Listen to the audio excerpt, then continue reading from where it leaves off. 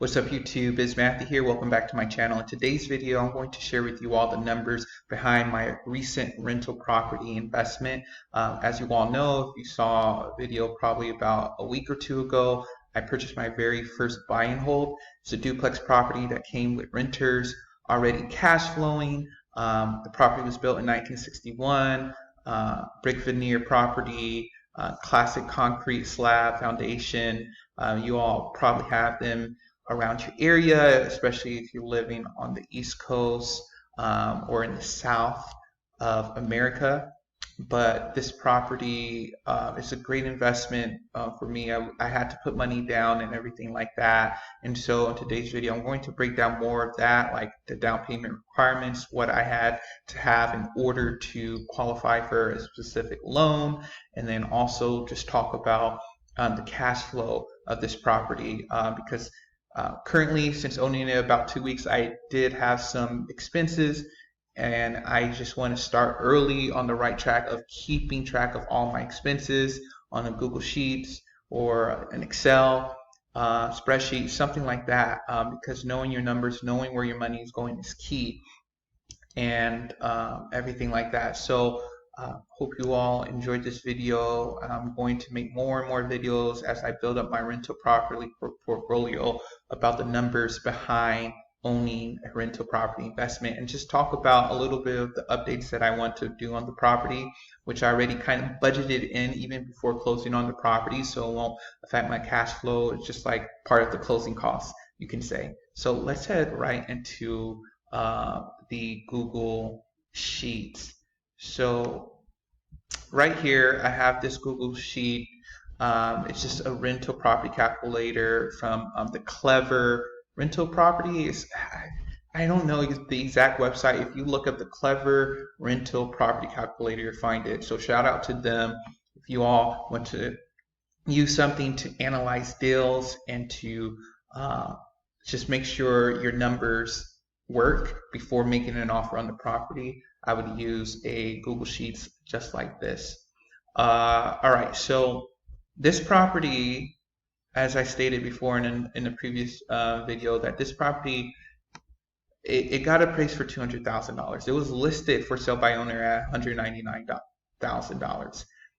Appraised value is usually a little bit less than the actual market value, I would say. And so I noticed with the market value of this property, if I would sell it right now, I could probably sell it for around $230,000.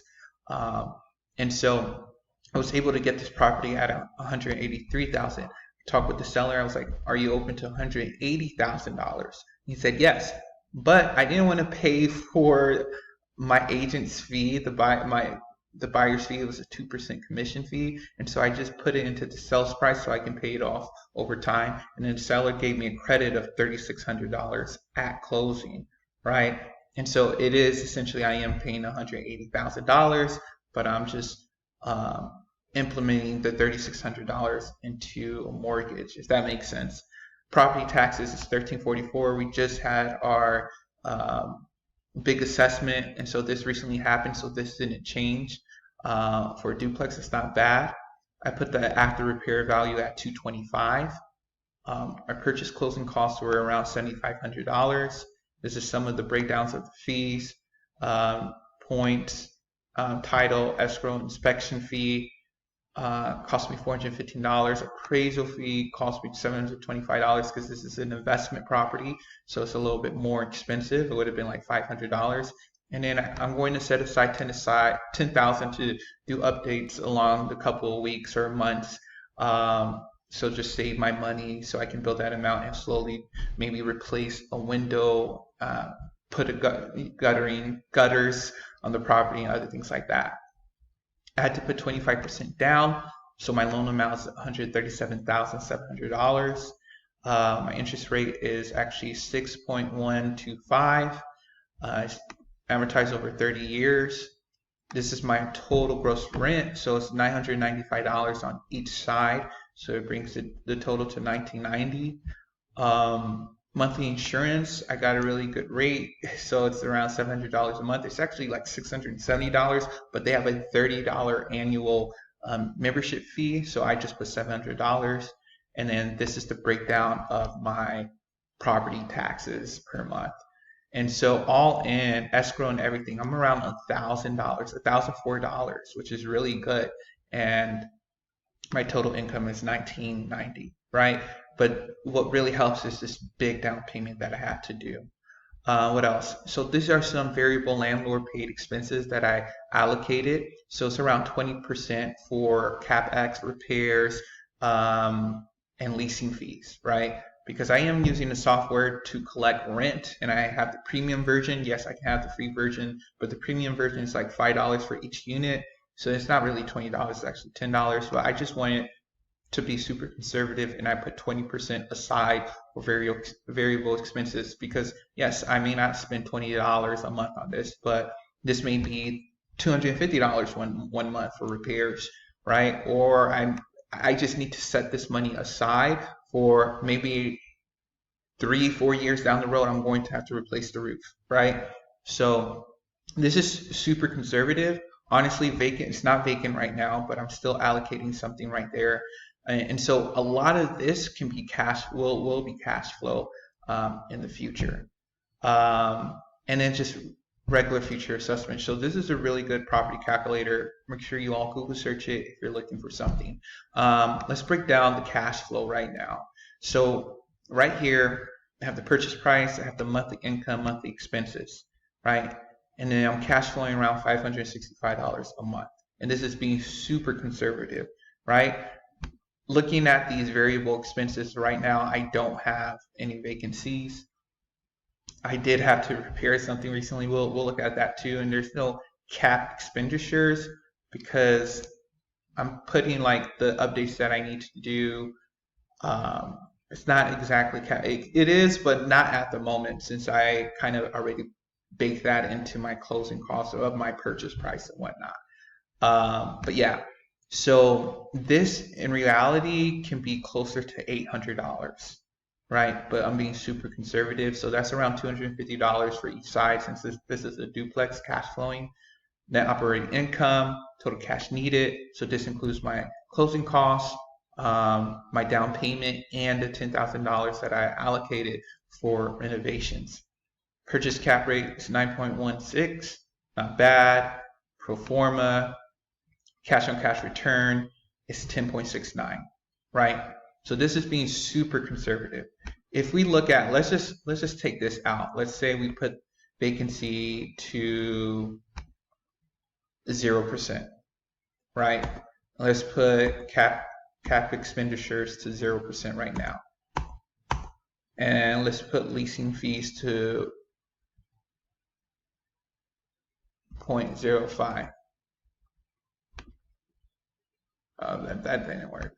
Let's just keep it at that. This is more realistic. I don't even know if I'm going to do repairs this much every month. But look at it now. It's close to $764. It brings the cash on cash almost to 15%. So that's me. This is realistically how much I think I might spend a month on this property because it's in great condition for it being an older property. But I like to be conservative, and so I'm just going to leave it at that. So yeah, so I hit that close to that 1% rule. It's 1.08% because I bought it at 183 and I get 1990. So it's over the 1% rule, which is great, and it's hard to find deals like that in today's market. At the repair value, down payment, everything like that. And then they just break down some other things. I don't know exactly how this works, but the increase over time and stuff like that. I haven't really dug deep into this part of it, everything, but I think it kind of like it shows the total profit if sold after 1 year, after 2 years, different things like that. And yeah, I think honestly, if I put it on the market, I can probably sell it for more than what I bought it for.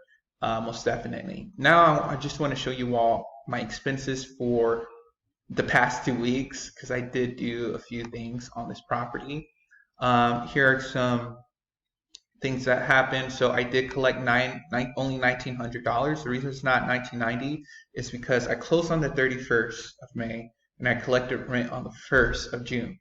and their rent was $950, right? And then I raised it to $995, but I gave them like a 30-day period so they can adjust their expenses or their budget or whatnot. And then for July 1st, it's going to be $995. So I kept the rent at $950 just for the first month, and that's what I collected.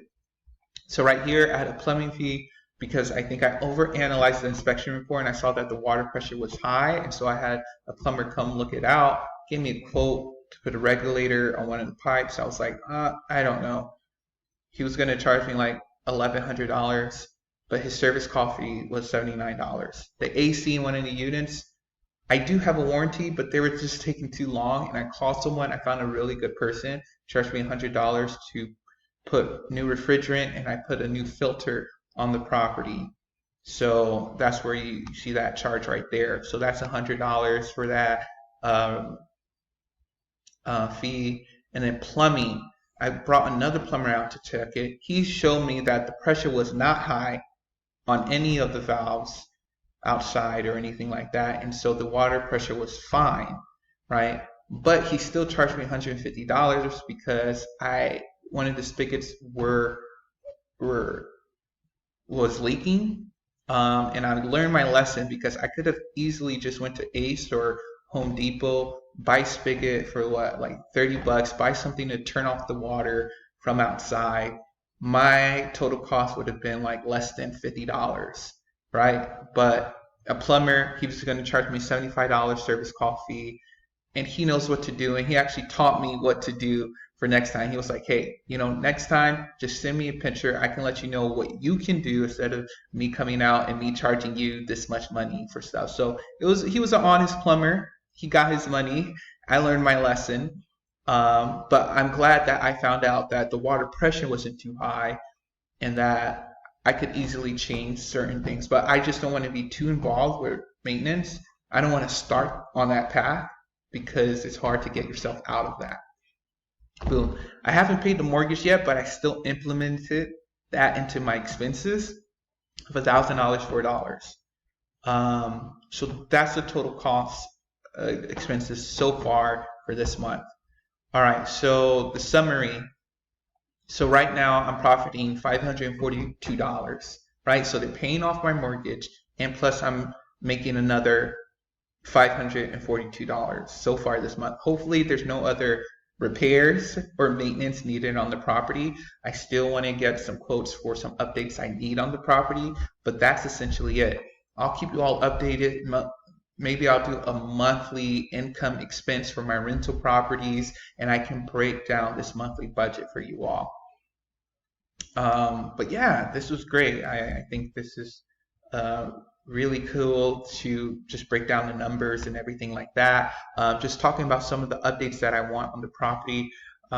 One of the windows is cracked and just can't open, and I want to get that replaced. And they're all single pane aluminum windows.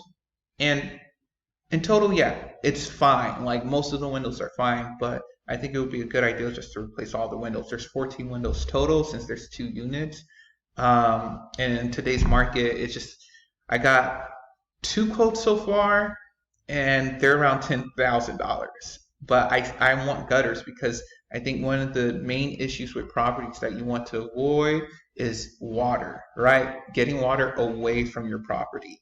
And right now there's no gutters, and they're just sitting near the base of the property, near the foundation. The foundation is fine, this property never had gutters, and it's fine, but I just want to take all of that water away from the property. So just have a proper guttering system. And then there's a few things like the dryers vent just to the attic. It doesn't go outside, so I need to put a hole in the soffit of the roof. It's like the under part of where the roof hangs, right? Like if you're walking inside and you see on top, it's kind of shaded. It's just that part of the roof.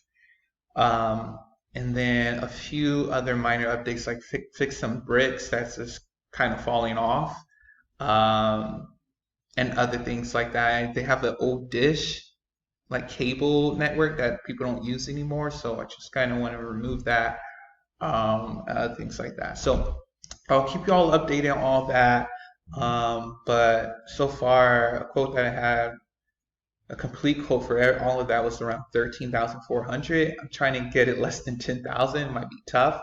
But we'll see. I'll keep you all updated. Hope you all enjoyed this video of me breaking down the numbers for my rental property. Be sure to like, subscribe, and I'll talk to you all later.